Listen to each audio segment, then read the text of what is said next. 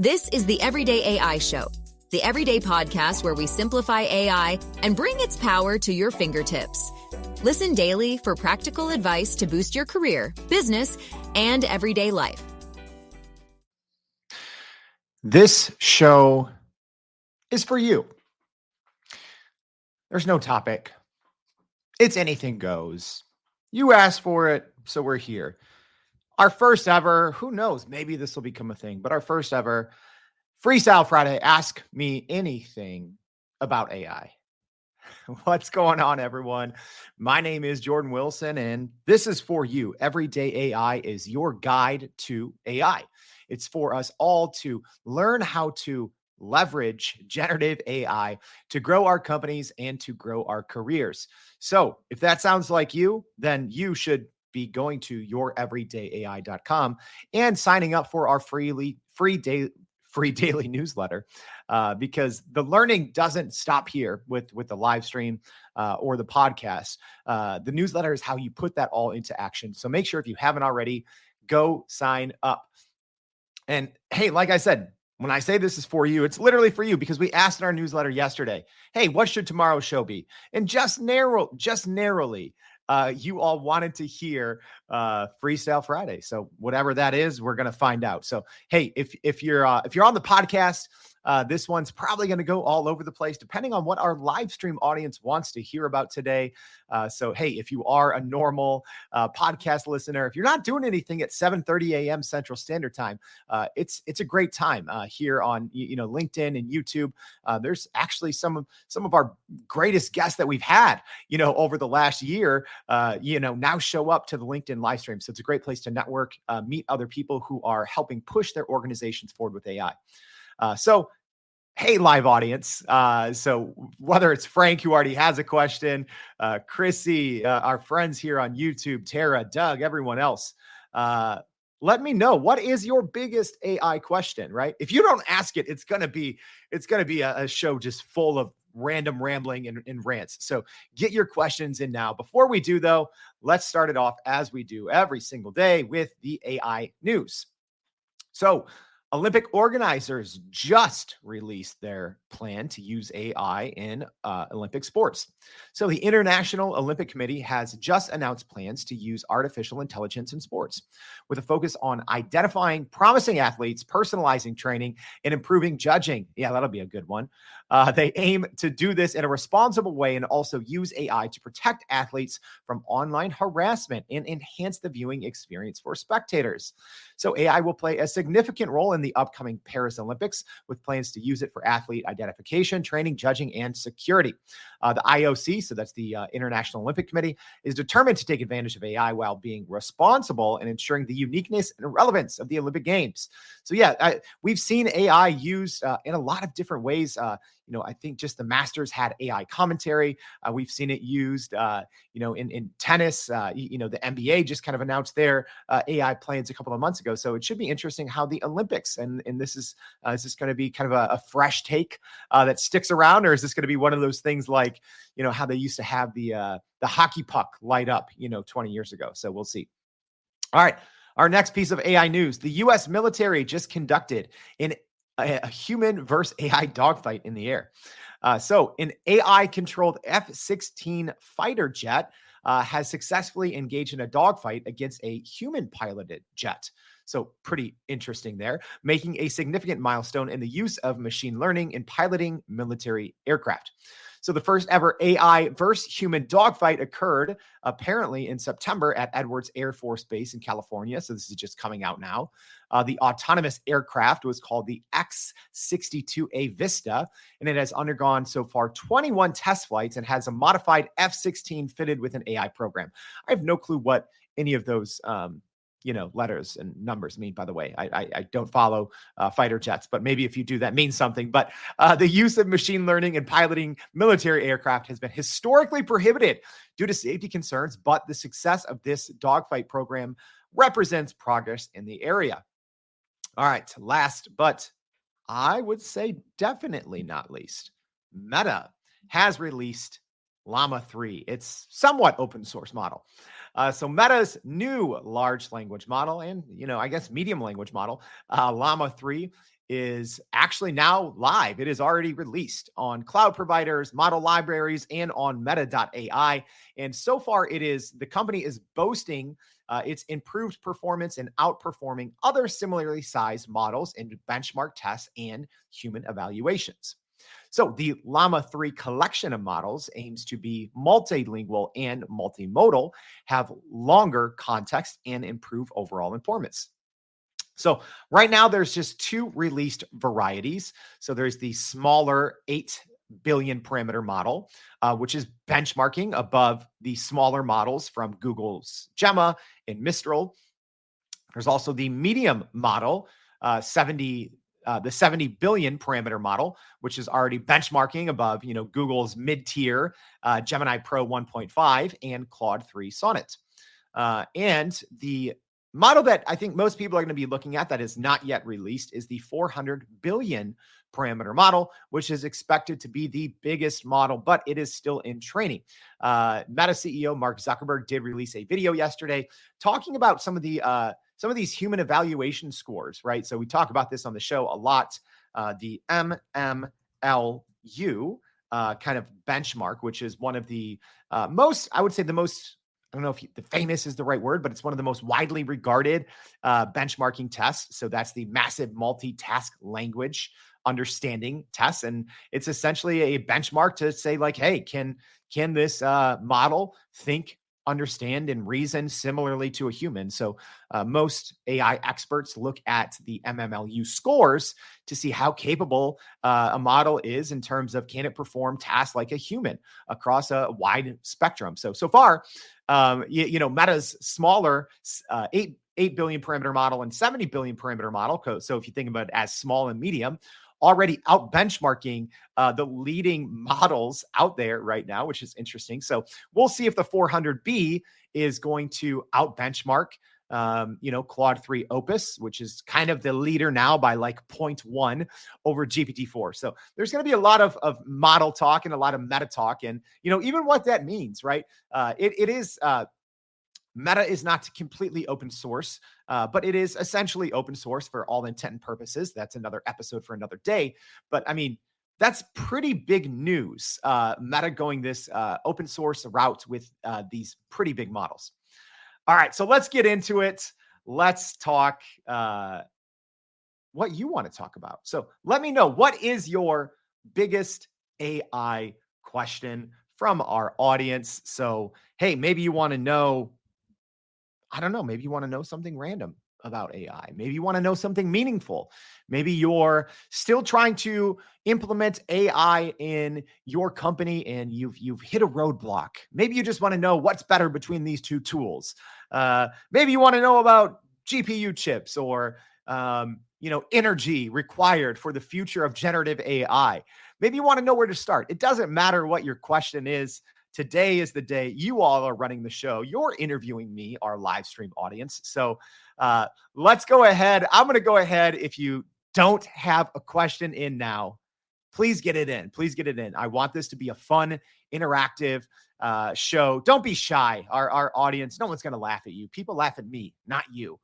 So get your questions in now, and I'm going to try to answer them as I see them coming up. So we already have a couple questions, so let's just start running them down. And hey, if you want to put me on the spot, put me on the spot. You can grill me. Sometimes I grill our audience, or sorry, our guests. So maybe this is your time to grill me. Doug's starting off topic, but that's fine. So Doug here asking coffee of choice. Hey, that question counts. You can ask about AI. You can ask about not AI, I guess. I don't know if anyone's interested in that, but full Nespresso, Doug, full Nespresso. I can't, that's what I have right here. That's already kind of warm and not hot anymore. You know what? I didn't drink coffee until I think I was maybe 23 or 24, little older than that now. And, each time, you try to do coffee, you're like, oh, these K cups, these are pretty good. And then you get your own beans or whatever. And you're like, oh, these are great. And then when you have an espresso, there's no turning back. So it's an espresso all day, but I fast, right? So I fast. So it's not like latte. It's just, straight black with a little bit of sugar-free something syrup. All right. So here we go into the AI. Frank, what's up, Frank? Frank, thanks for joining us from the YouTube land. So Frank's asking, does ChatGPT 4 remember across threads now? That's a great question, Frank. So as far as I know, I haven't checked since last night, but no. So there's actually two different things that you could, in theory, be asking about here. So there is a feature called memory that ChatGPT, I wouldn't say they had a broad rollout, but a fairly broad rollout, but still not everyone has access to that yet.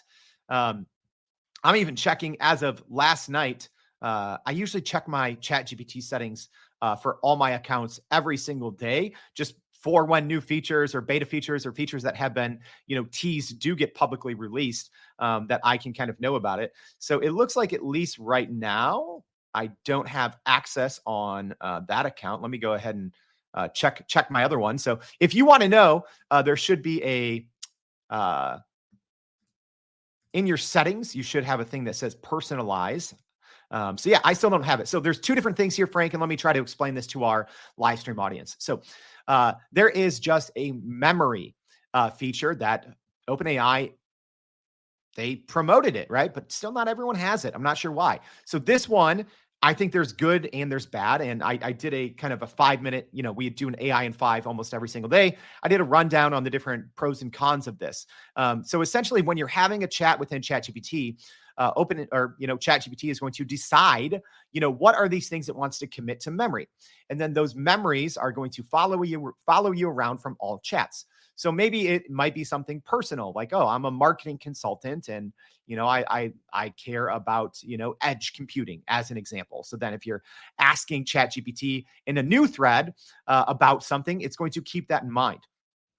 However, I don't like this implementation, or at least how it was previewed. But again, this hasn't been a public release yet either. So the bad thing is ChatGPT is picks up on a lot of those things on its own and commits it to your memory.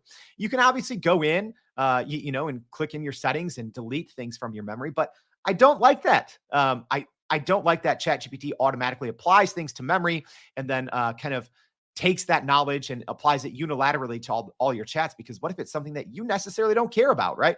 What if I'm talking, getting restaurant recommendations or, things in my personal life, and then I'm working on something, for Everyday AI or for my other company, Accelerant Agency, and I don't want that information, following me around and influencing the output. So I don't personally like it. So there's that aspect. And then there's another thing called cross-chat memory. And I'd say even fewer people have access to this. And this was previewed like 4 months ago. So what that is it's more about the context window being shared between multiple chats, which I don't see how that's going to work well in the short term until ChatGPT has a much larger memory, right? OpenAI has said that, you have 128,000 tokens of memory. You do not, at least the last time I checked, it was Tuesday. It's still stuck at 32,000. So if you're sharing a context window of 32,000 or even 128,000 tokens, right, which is, let's just say, for 128,000, let's just say 100,000 words. So think 100,000 words of context between all of your chats. I don't think that's great, right? If we were talking, Google Gemini's 1 million token context window, perfect. Share that knowledge, that working knowledge or working context window across all chats, right? And it is different. The kind of cross chat memory is remembering literally everything as a context window across all of your different chats. So whereas this other feature, just called memory, is more of, it creates a memory bank that you can then go in there and modify. So two different things. So hopefully, Frank, that was a good answer to the question. All right. So now Doug says, from yesterday, who can see custom GPTs in Copilot? Doug, that's a great question. You know what? You already stumped me. That's so easy, right? Just because our team right now is not using Microsoft 365 Copilot. I think we are going to start testing out Copilot Pro a little bit more. We're just kind of standard Copilot users right now. But I do believe, especially in the Pro and Enterprise version, Doug, in the same way that in ChatGPT and GPTs, you have sharing controls. I do believe the same thing can be said for Copilot 365. You know what? I know we have a couple people from Microsoft who tune into the show, so maybe they'll and the live stream, so maybe they'll answer that question a little better than I have or than I can. Tara, good question here, Tara. So Tara's asking, what AI apps do you have on your phone? So I might get judged for this, Tara, but just ChatGPT and Copilot. That's it. Here's why. And, anyone who knows me personally can attest to this. I suck at everything on the phone. I have hundreds of unread emails. Every day I have hundreds of unread texts. So I'm everything Apple right now, right? So I'm on an Apple computer. I have an iPhone. So I do all of my texting for the most part on my computer. I very rarely text on my phone. I have fat fingers. I'm 38 going on 83. I don't really like, I won't say I don't like to be on my phone, but I don't like to use it, I guess. I've always been kind of spoiled by big screens. I have, two 27-inch screens in front of me. So when I try to do anything on my phone, I don't like it. I don't like doing tasks on my phone, but I do have obviously ChatGPT on my phone. I do have Copilot on my phone. I should probably get Perplexity on my phone because I love Perplexity. And I use Perplexity often.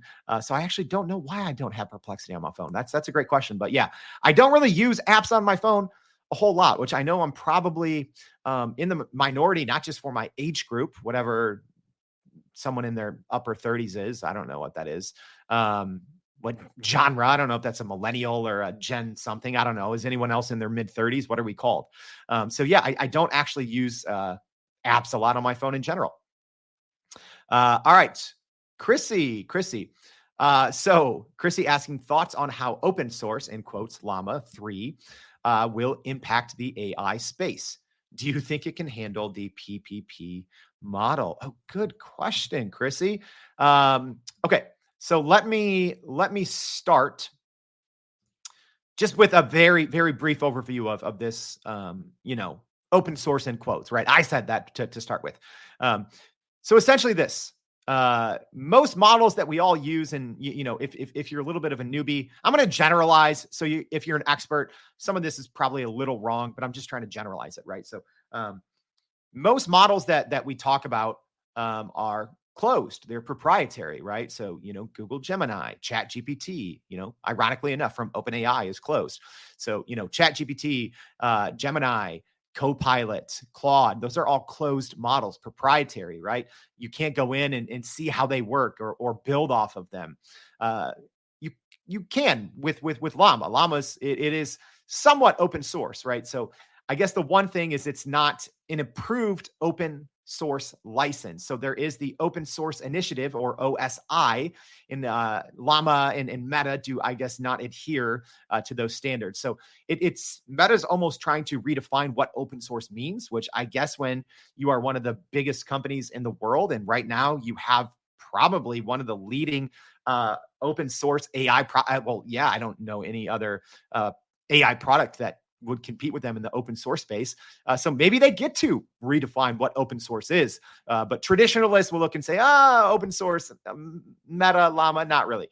Okay, but thoughts on how it will impact the AI space? Oh my gosh, this is a great question, Chrissy. So I'm actually going to pause. And I'm going to go back and see how many more questions we have, so I know how long I can go on a small little rant on this. So, hey, live stream audience, keep the questions coming. All right, it looks like we got a lot, so I'm gonna try to go a little quickly on these, so I can try to get to them all. And if you could keep them a little shorter too, that would be helpful. Just so I can kind of read them live and still multitask and process them here. So, Chrissy, how will it impact? huge power move from Meta, if I'm being honest, right? So again, these are Meta's benchmarks that they release. So we'll wait until we see everyone else's benchmarks, but it's very capable, right? You can go right now.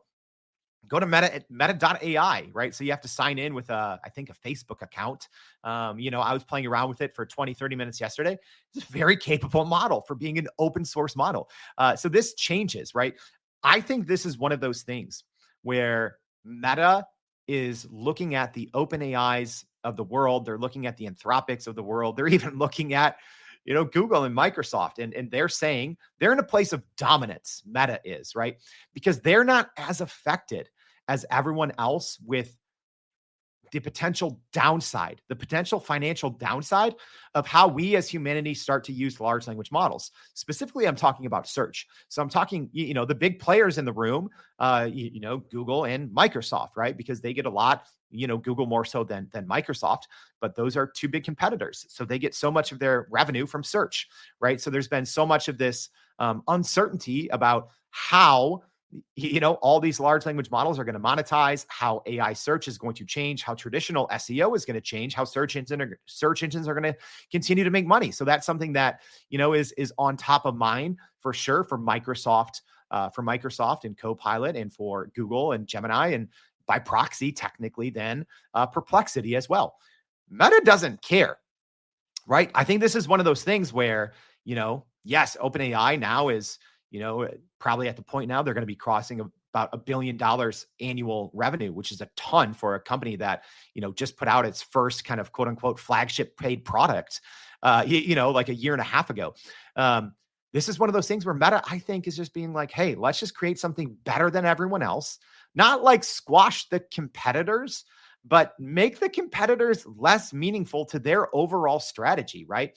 At least right now, the AI space is a very small space for Meta and its current monetization, right? Because Meta, they obviously don't have a monopoly on social media, but they are bigger than everyone else, right? Between Facebook and Instagram, you throw in, WhatsApp as well. They have a straight up monopoly on that space where everyone else is still competing in the search space, and kind of the crossover between search and large language models is starting to blend as well. So I think this is a power move from Meta, just going out there and saying, hey, we're going to release models that are at the same tier or punching above the most powerful models out there, and we're going to create them open source, right? I think it almost builds this moat to speak, where they don't even necessarily need a moat, which is super interesting. So, I'm fascinated by that. I'll probably have a dedicated show in the future about this strategy from Meta, but I like it, right? At least right now, I'm sure how they are rolling out AI in all of their platforms, right? So it does make sense for them to make a heavy investment into AI, even though the AI model itself right now is not, it's open source. So they don't need to necessarily monetize it, but they want to get it better, right? That's the main advantage when you put something out there open source, is then you have, some of the world's brightest developers working essentially for you, making your model better, poking holes in it. So I love the move. All right. Lorena joining us from Australia. Good evening. So first time live. That's awesome. Is anyone else first time live here? So Lorena's asking, hearing about the benchmarking scoring MMLU system. Why is this important? Great question. So, essentially, there's no one good way to measure models, right? Even since the MMLU, which again is the multitask language understanding, or the massive multi-language task understanding, there's been different benchmarks. So this is, to put it in the most oversimplified terms, think of this as a test that a college graduate would take, right? That is just testing their abilities as a human across so many different areas, testing a human's ability to reason, right? So if there's a test like above the ACT or SAT that we have here in the US for high school students, if there's the equivalent of that essentially you had to take to get out of college, to say you were a very smart human being who is well educated and you understand how the world works. You can reason, you can understand, and you are the smartest of the smart. So that's, you could think of, it's like MMLU is like that, but for AI models, for large language models, right?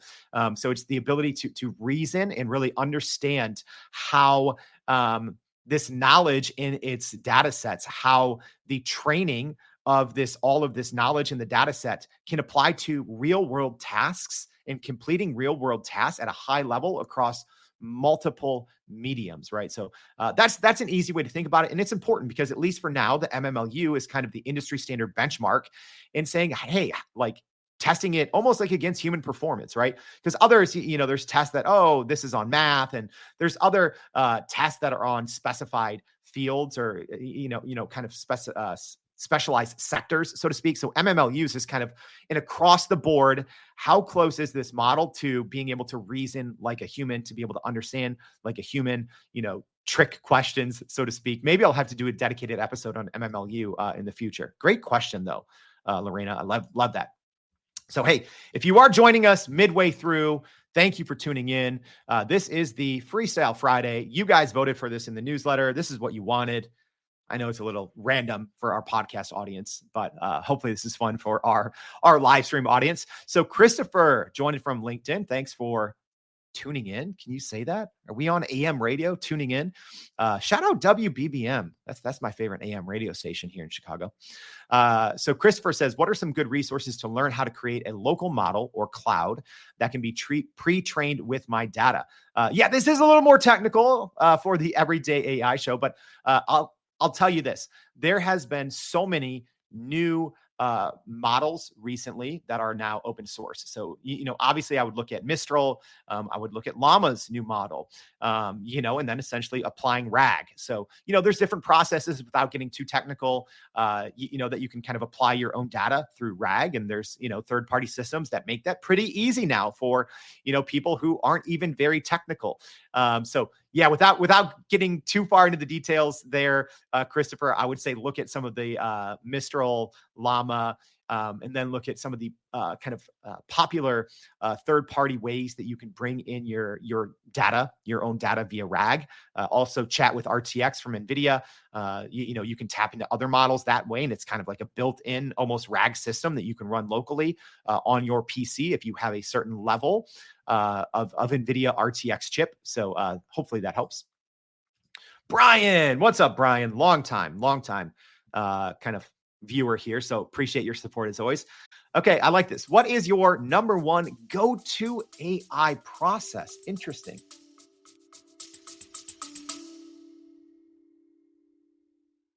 Are you still running in circles trying to figure out how to actually grow your business with AI? Maybe your company has been tinkering with large language models for a year or more, but can't really get traction to find ROI on Gen AI. Hey, this is Jordan Wilson, host of this very podcast. Companies like Adobe, Microsoft, and NVIDIA have partnered with us because they trust our expertise in educating the masses around generative AI to get ahead. And some of the most innovative companies in the country hire us to help with their AI strategy and to train hundreds of their employees on how to use Gen AI. So whether you're looking for ChatGPT training for thousands or just need help building your front-end AI strategy, you can partner with us too, just like some of the biggest companies in the world do.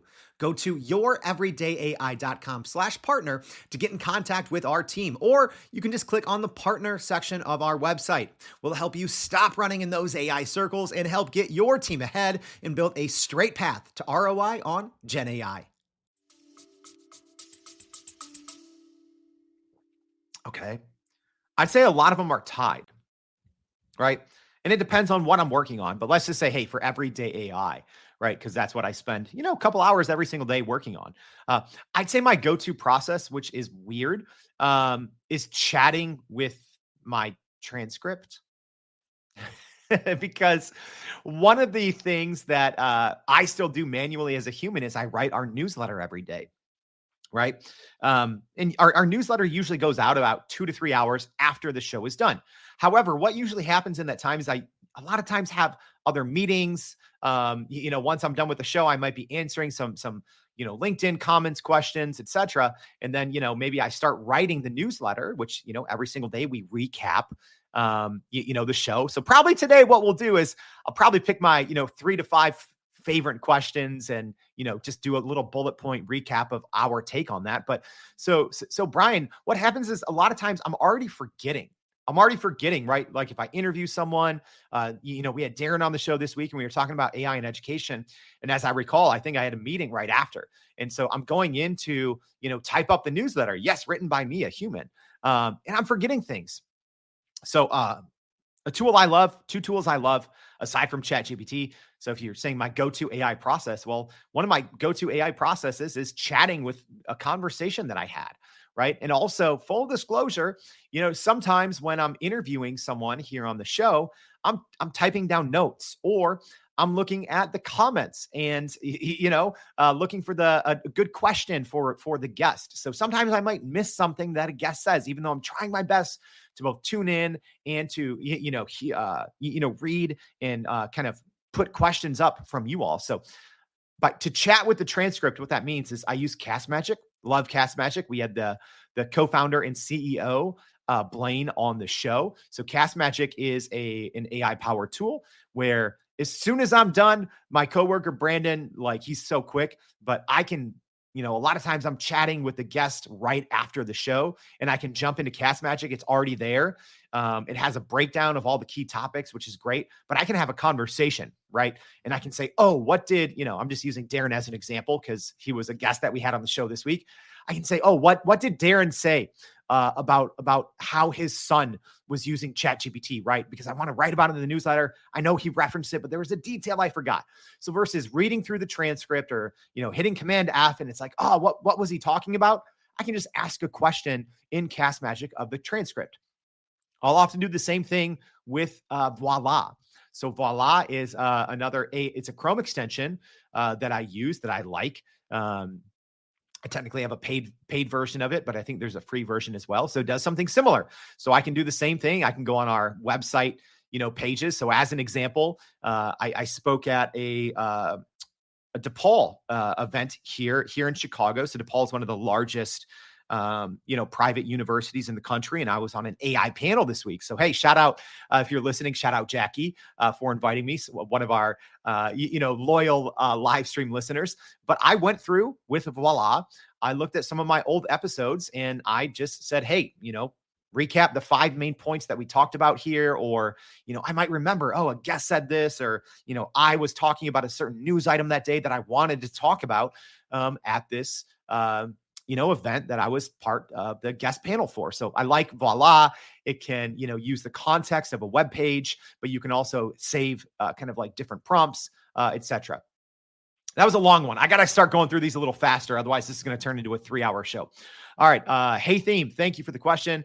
What are the most startup ideas to integrate AI with education? And do you suggest any? Okay. It's a great question. I would say this, if you're just looking for a random startup idea in AI and education, I would say go niche. Like, right, there's riches and the niches, right? So personalized tutors, I think, are going to be great. There's already great versions. There's great GPTs that do this, Khan Academy, etc. So I would say to do one that is very specific. As an example, create a, kind of a character version of a tutor that is specific for studying for the ACT or something like that, or that is specific to help, college students study for the LSAT. I would do something like that to make it very narrow because there's already great wide applications. And like we talked about on the show, sometimes smaller, more refined models work better than large models. So maybe that's something I would do there. Woozy, what's up, Woozy? So Woozy says, last stock in the tech space that everyone loved to tell me they were early on was NVIDIA. What's the next ones talking about yet, in your opinion, Jordan? Oh, gosh. All right. Well, I'll say this. This is not financial advice. I'm not a financial advisor. Yes, I was obviously pretty early on NVIDIA. There's obviously people earlier, but 9 months ago, I told everyone, I said, NVIDIA is the most important company in the AI and they're going to blow up. And in that time, they've done unprecedented, like literally unprecedented growth that has never been seen before.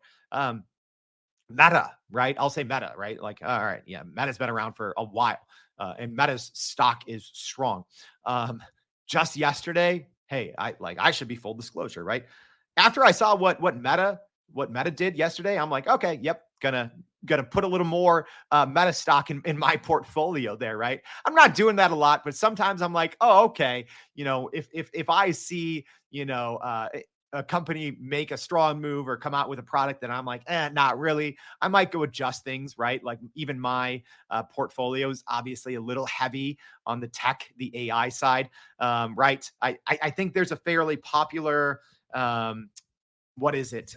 It's Invesco QQQ, which I think is a more of a kind of tech heavy, AI heavy ETF. So again, y'all, I'm probably the worst person to talk about like, hey, what stocks in the AI space are worth looking at. To tell you the truth, I don't follow kind of these smaller smaller public companies up and coming. Don't follow them for the most part. I'm looking at the big boys, the Fortune 500s. So yeah, I don't have any great takes there. Sorry, Woozy. Douglas, let's see. What do you think about PPP course that is Copilot? Oh, yes, Douglas, I am. You know what? I got to reach out to my friends at Microsoft. Yeah, I need more computers. I need more compute. Yeah, I need to get a Windows machine. I haven't done it yet. A couple ones that I want. I'm like, oh, that one's a little expensive. But so many people are asking about Copilot. Minimum, I think we're going to get our team on Copilot Pro, just because I've been personally underwhelmed with Gemini, although Google did just have their big Cloud Next announcement, and they're saying, hey, all these things are going to be public rollout. So I might give Gemini one last try across the kind of the Google workspace, across the, quote unquote, old school G Suite of products. But yeah, we might become a Microsoft Office, Microsoft Copilot Pro team. So once we do, Douglas, I'm sure we're going to have some Copilot training. And you know what? I know I've been talking about this for a while, but that is one thing that we also are going to have planned for our free community once we launch it. I know I've been talking about this since January, y'all. It's just we've been getting these crazy opportunities that I'm super thankful for. Like when an NVIDIA says, hey, come out and partner with us for our conference, gotta sometimes prioritize those things. But yeah, I think we'll be doing a lot of, more in-depth trainings, recorded trainings in our community that is going to be free to join. So I know most of you have already hit me up, but you can just, hit me up, say Inner Circle. We'll give you early access, which is like, I know, 3 months late now. Florin, what is the most effective approach to utilizing AI to counter disinformation? Florin, that's great. So we've had some great guests on the show. And actually what a lot of companies in cybersecurity are doing is using AI to detect AI deepfakes, to detect AI threats in cybersecurity. I'm not an expert necessarily, and it is a little bit different because, misinformation or disinformation is a little harder to detect versus deepfakes. So you know what, Florin, I'm going to add that to my list of experts. Or if anyone listening, maybe if you are an expert in that space, let me know. Maybe we'll get you on the show. So yes, disinformation, misinformation is a little harder to detect than, kind of like traditional deepfakes or AI, AI generated media, because a lot of just misinformation, disinformation is text-based, right? So there's different methods and there's different I guess there's different watermarking systems that a lot of these companies are trying to implement a little more on the media side, on the video, on the photo side. There, a lot of the big companies are trying to embed invisible watermarks, whereas on the tech side, not as much. So I think it's going to be a little more difficult to detect misinformation and disinformation that is text-based versus media-based, photo or video. But again, hey, if you're an expert on that, hit me up. We'd love to have you on the show. Chrissy, do you get AI anxiety? It changes so rapidly. How do you balance the urgency regarding your work-life balance? If I'm being honest, Chrissy, I don't have great work-life balance. Love my wife for that. She pushes me to, always invest, in everyday AI because we believe what we're doing is needed. I need more work-life balance, 100%. So I'd love to say I have a great answer for you. I don't necessarily on how do I balance it. Do I get AI anxiety? Yeah, for sure. Right. I was kind of on a pseudo vacation for a couple of days this past week. And even though I was still kind of working every day, reading and writing the newsletter like late at night, yeah, I felt behind, right? I'm like, man, even just, working half days for a couple of days, I'm like, man, like, am I losing my skill set, right? Just working, I was working 2 or 3 hours every day. And I still felt like, man, I'm going to fall behind. So yes, I do feel that. I think it's normal. I think as humans, it's something we're hopefully going to quote unquote get over. I think what it is right now is, you just see thousands of new products popping up every day.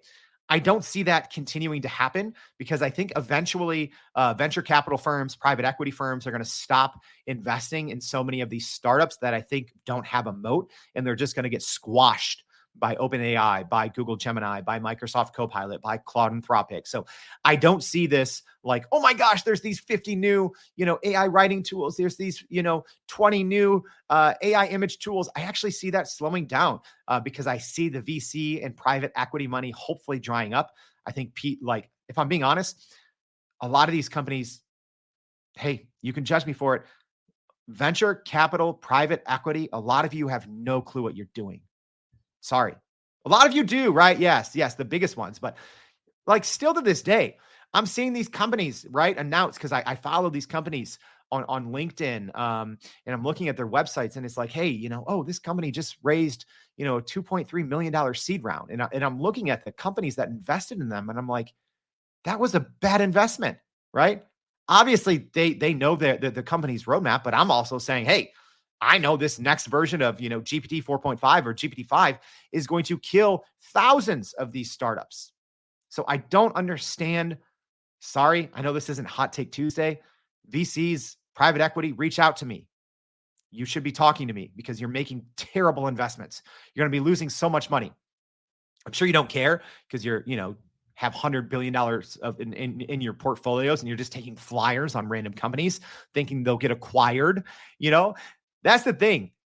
The acquisition space is not like what it used to be, right? With Meta and social media, these little startups would go raise a couple $1 million, get a bunch of users, and Instagram or Facebook or Twitter is just acquiring them by the dozen.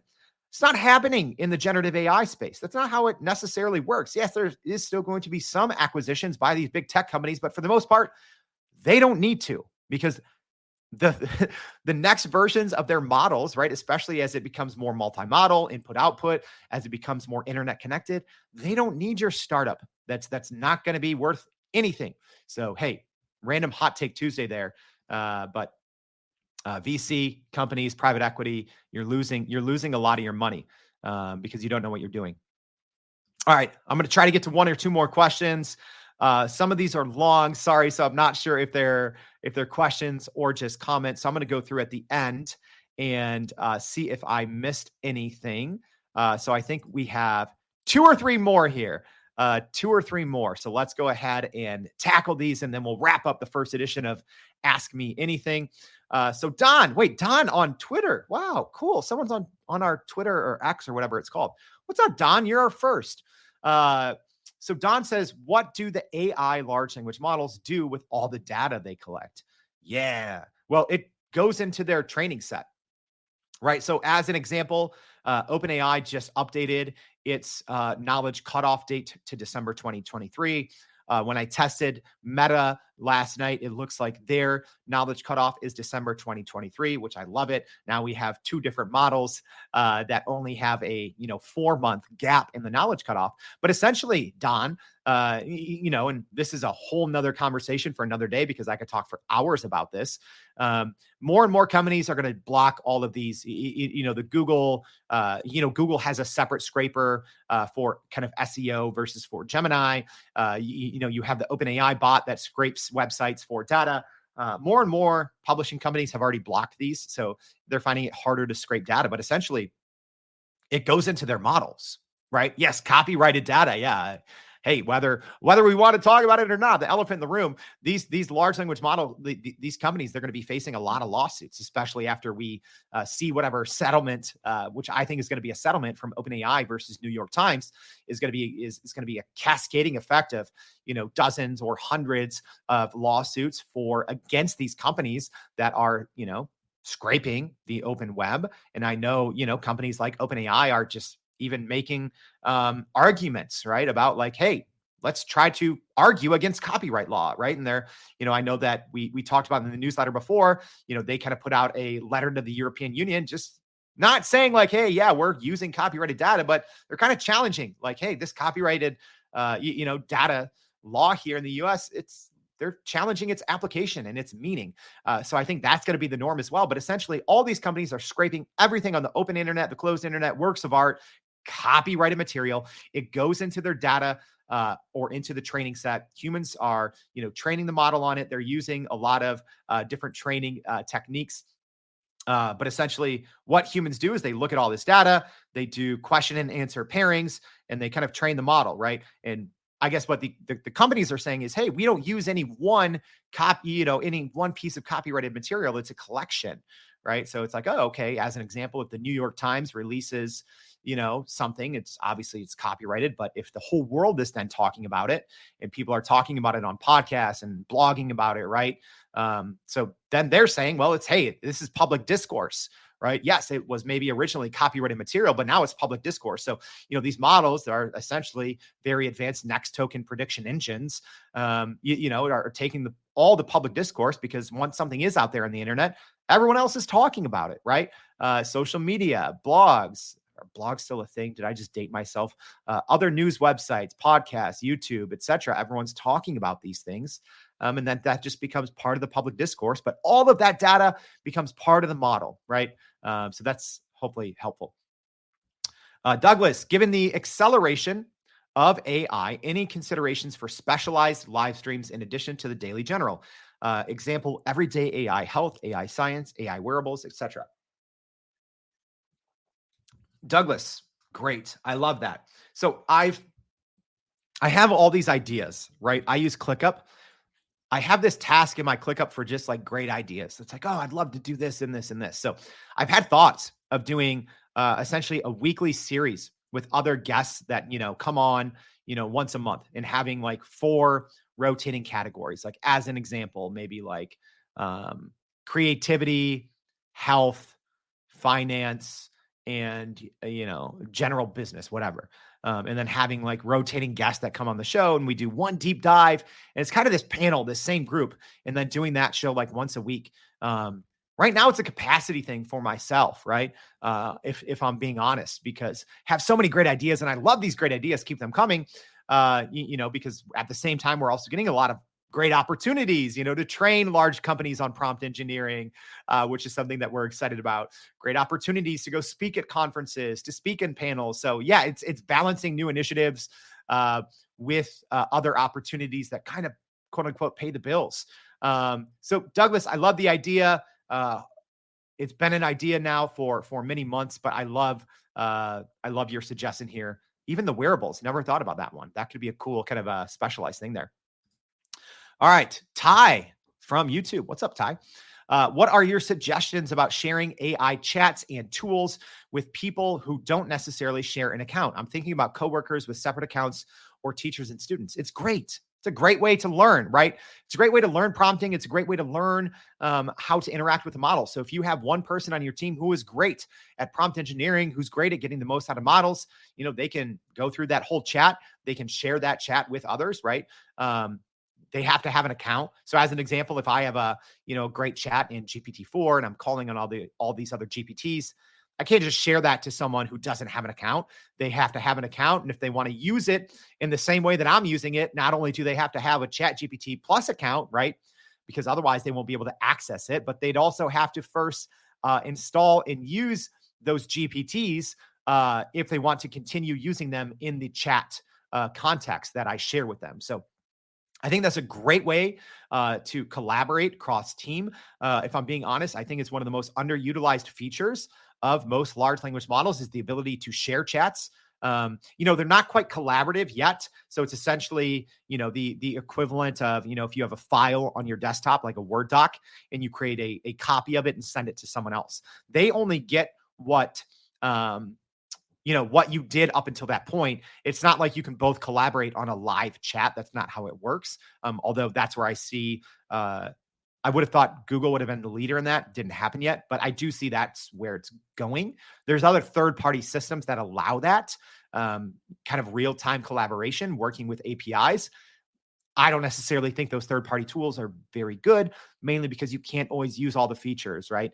Like you are only getting the base model that's available via the API, and those third-party tools that do allow that real-time collaboration between teams working in unison on the same chat. But you don't get to, as an example, connect with, your Google Drive, if you're talking Google Gemini, or you don't get to mention GPTs, right, in ChatGPT. So when you're doing that in these third-party tools, you're using a much more limited version because all you're getting is essentially the model, nothing else.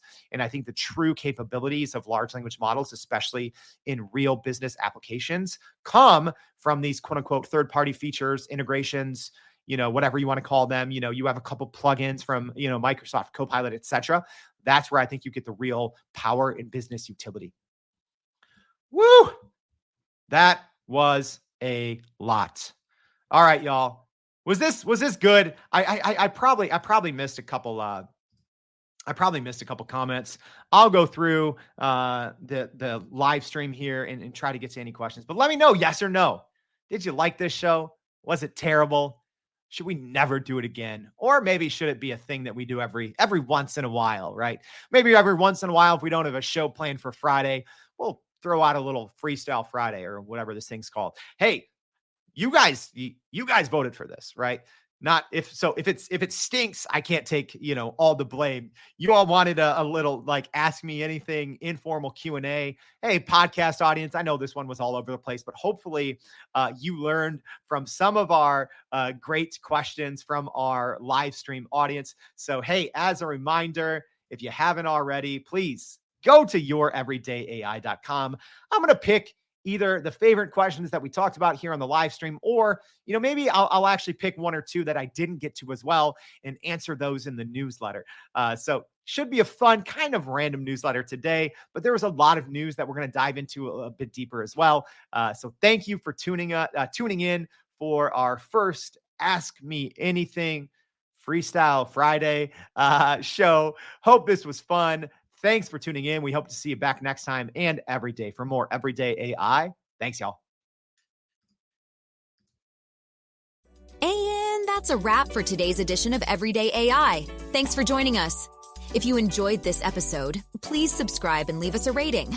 It helps keep us going. For a little more AI magic, visit youreverydayai.com and sign up to our daily newsletter so you don't get left behind. Go break some barriers, and we'll see you next time.